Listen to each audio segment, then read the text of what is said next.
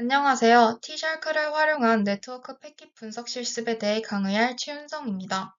이번 영상에서는 T샤크라는 도구를 활용하여 실제 네트워크 패킷을 분석하는 방법을 소개하고자 합니다. 먼저 T샤크가 어떤 도구인지 간단히 소개한 뒤 설치 방법과 기본적인 명령어들을 차례대로 알아볼 예정입니다. 그리고 실제로 네트워크에서 어떤 패킷이 오가는지 직접 T샤크로 확인해보는 실습도 포함되어 있습니다. 실습을 진행하기 전에 필요한 사전 준비로는 와이어샤크 프로그램을 설치해야 합니다.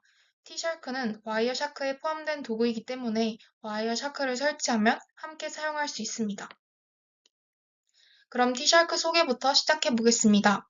T샤크는 네트워크 패킷을 분석할 수 있는 명령어 기반 도구입니다. 와이어샤크라는 프로그램은 네트워크 패킷을 GUI로 보기 좋게 보여주는 툴인데요. T샤크는 이 와이어샤크의 CLI, 즉 커맨드 라인 인터페이스 버전입니다. 둘 다 기능은 비슷하지만 화면에 그래픽이 나오는 대신 명령어를 통해 텍스트로 분석 결과를 보여준다는 차이가 있습니다. 그렇다면 굳이 왜 GUI가 없는 T샤크를 사용하는 걸까요? 서버 환경처럼 그래픽 화면이 없는 경우에는 와이어샤크를 쓸 수가 없습니다. 이럴 때는 T샤크처럼 가볍고 빠르게 돌아가는 CLI 도구가 꼭 필요합니다. 또한 T샤크는 스크립트나 자동화 도구와도 잘 어울려서 반복적인 네트워크 점검이나 보안 분석을 자동으로 처리할 때 매우 유용합니다. 이제 T샤크의 설치 방법에 대해 알아보겠습니다. 먼저 와이어샤크 홈페이지에 접속합니다.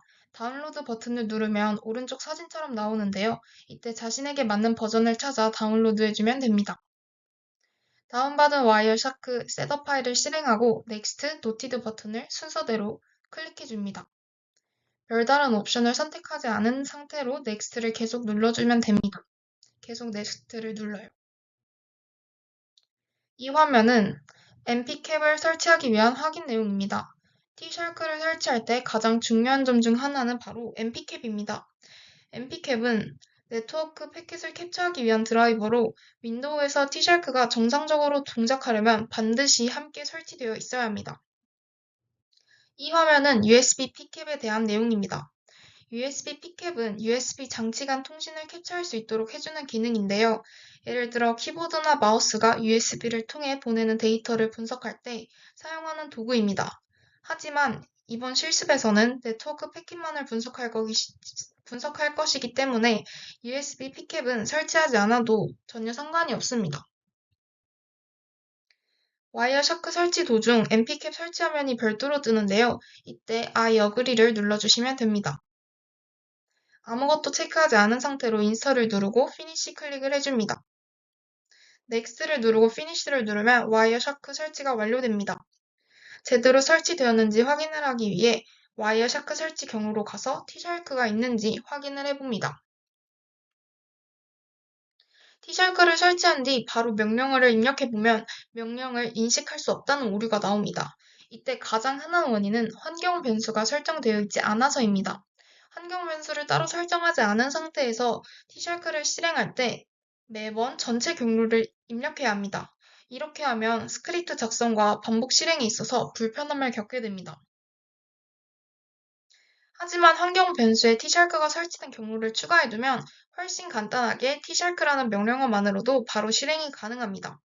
어떻게 설정을 하는지 알아보겠습니다. 시스템 환경 변수 편집에 들어가서 환경 변수를 클릭하고 패스 편집을 눌러줍니다. 새로 만들기를 클릭하면 입력을 할 수 있는 창이 뜨는데요. 거기에 이 내용을 똑같이 따라 치고 확인 버튼을 눌러주면 됩니다.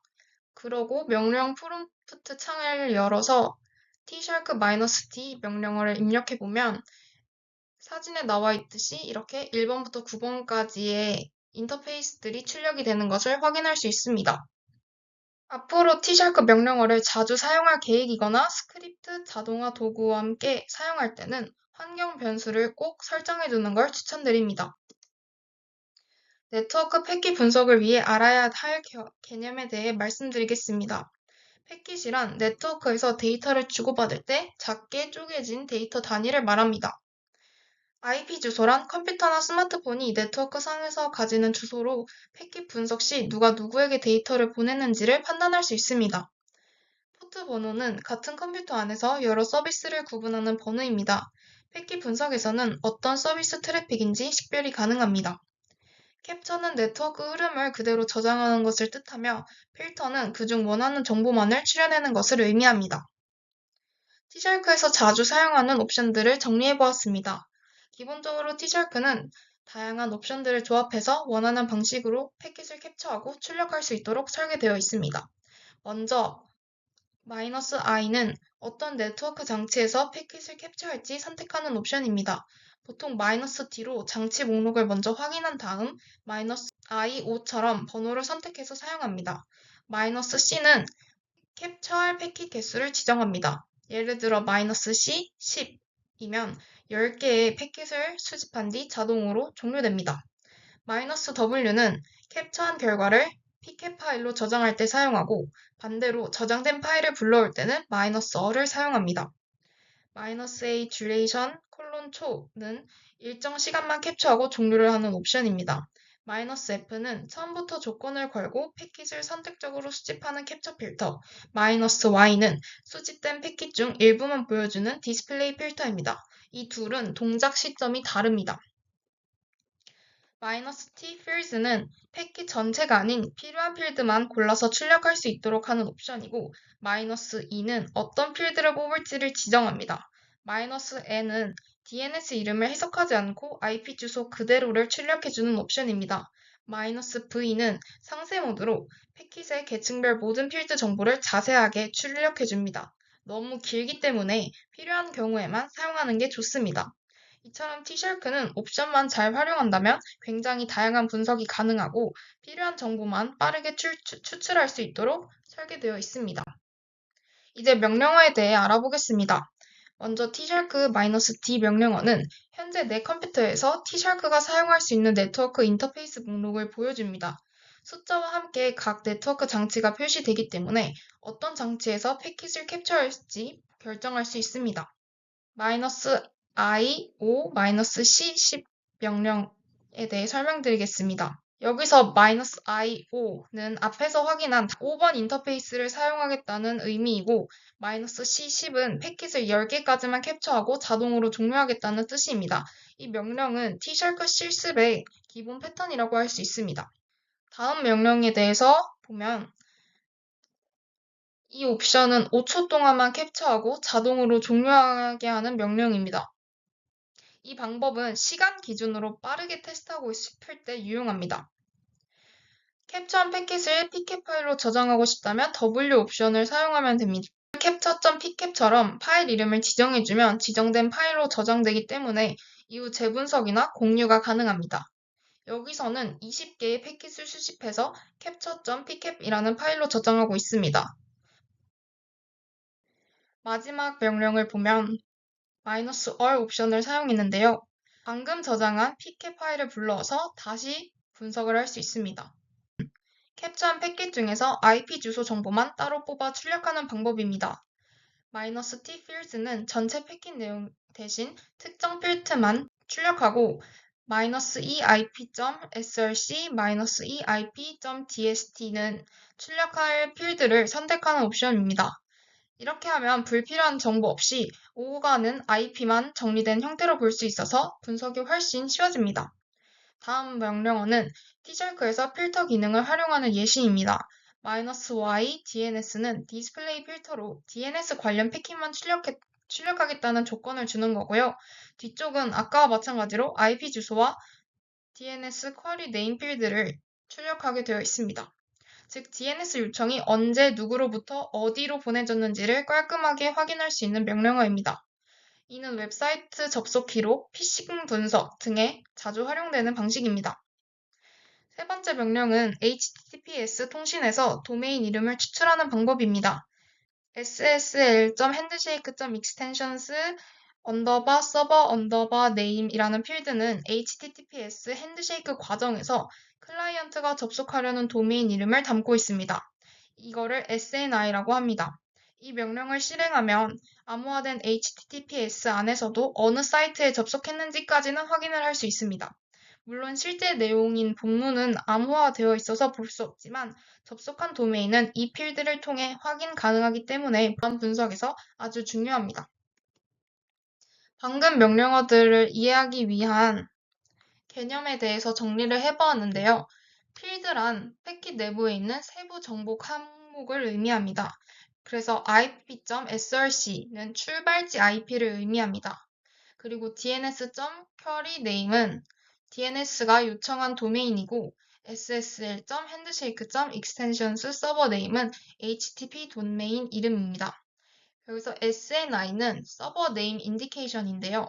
암호화된 HTTPS 요청 중에서도 접속한 도메인을 확인할 수 있도록 해주는 정보입니다. DNS, ARP, TCP, SSL 등의 프로토콜 역할에 대해서도 정리를 해보았습니다. 우선 DNS는 도메인 이름을 IP 주소로 변환해주는 거고요. ARP는 IP 주소를 MAC 주소로 변환해줍니다. TCP는 신뢰성 있는 연결을 제공해주는 프로토콜이고요. SSL이나 TLS는 암호화된 통신을 의미합니다. 지금부터 네트워크 패킷 분석을 실습해 보겠습니다. 먼저 환경 확인 및 인터페이스 탐색부터 해보겠습니다. 저는 여기서 5번 인터페이스를 사용할 겁니다. 기본 캡처를 해보겠습니다.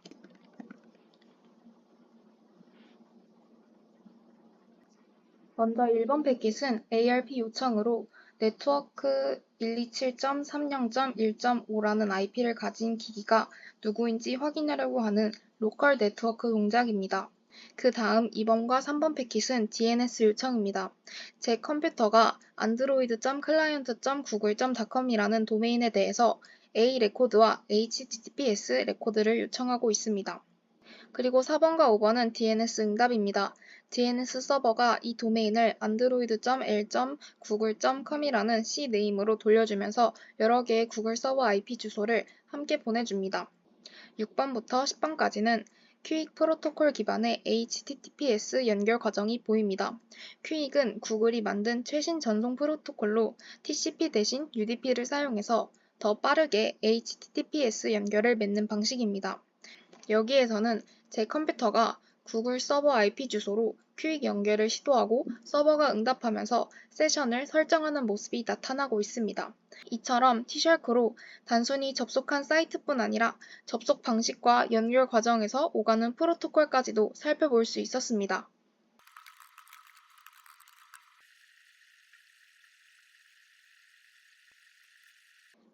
이 명령은 저장하기 관련 명령인데요.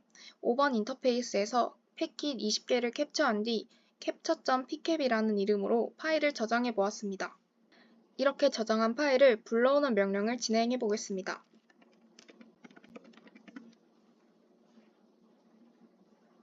지금 뜬 화면과 같이 capture.pcap 내용을 불러왔습니다. capture.pcap 파일 내용을 분석해 보겠습니다. 1번부터 3번까지는 제 컴퓨터가 여러 서버와 SSL 또는 TCP 연결을 맺고 에크 패킷을 주고받는 모습입니다.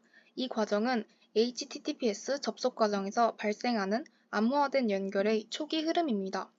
5번과 6번은 ARP 통신으로 로컬 네트워크에서 172.30.1.21의 맥 주소를 확인하는 과정이 나타나 있습니다.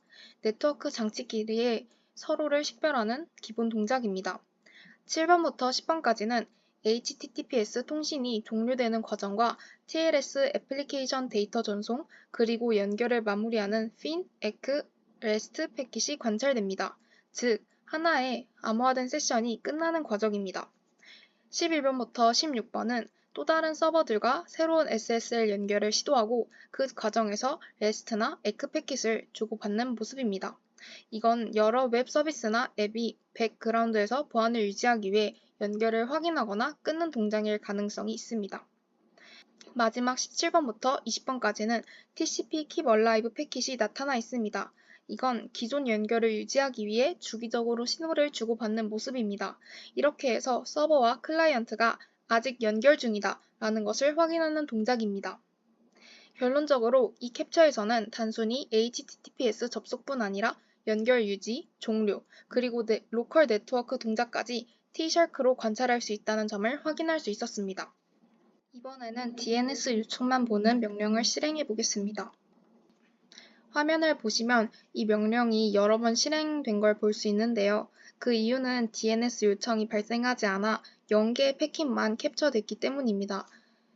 DNS는 웹사이트 접속이나 새로운 연결이 필요할 때만 발생하기 때문에 이러한 현상이 일어났는데요.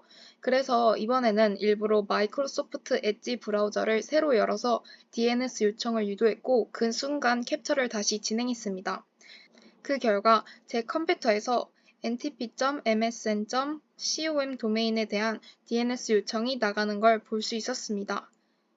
이처럼 T샤크 실습에서는 단순히 명령어를 실행하는 것뿐 아니라 원하는 트래픽을 발생시키기 위한 네트워크 동작까지 고려해야 한다는 점을 알 수 있었습니다.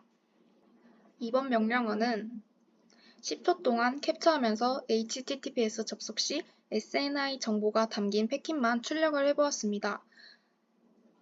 이번 캡처 결과에서는 제 컴퓨터가 172.217.25.163 서버에 연결하며 b1.նել.9 도메인에 접속했고 또 172.217.161.74 서버와 연결하며 세이프 브라우징 구글 APIs.com의 도메인에도 접속한 걸 확인할 수 있었습니다.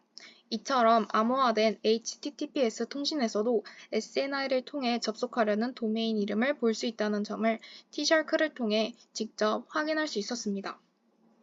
지금까지 T샤크로 패킷을 캡처하고 필터링하고 필요한 정보만 추출을 해보았습니다.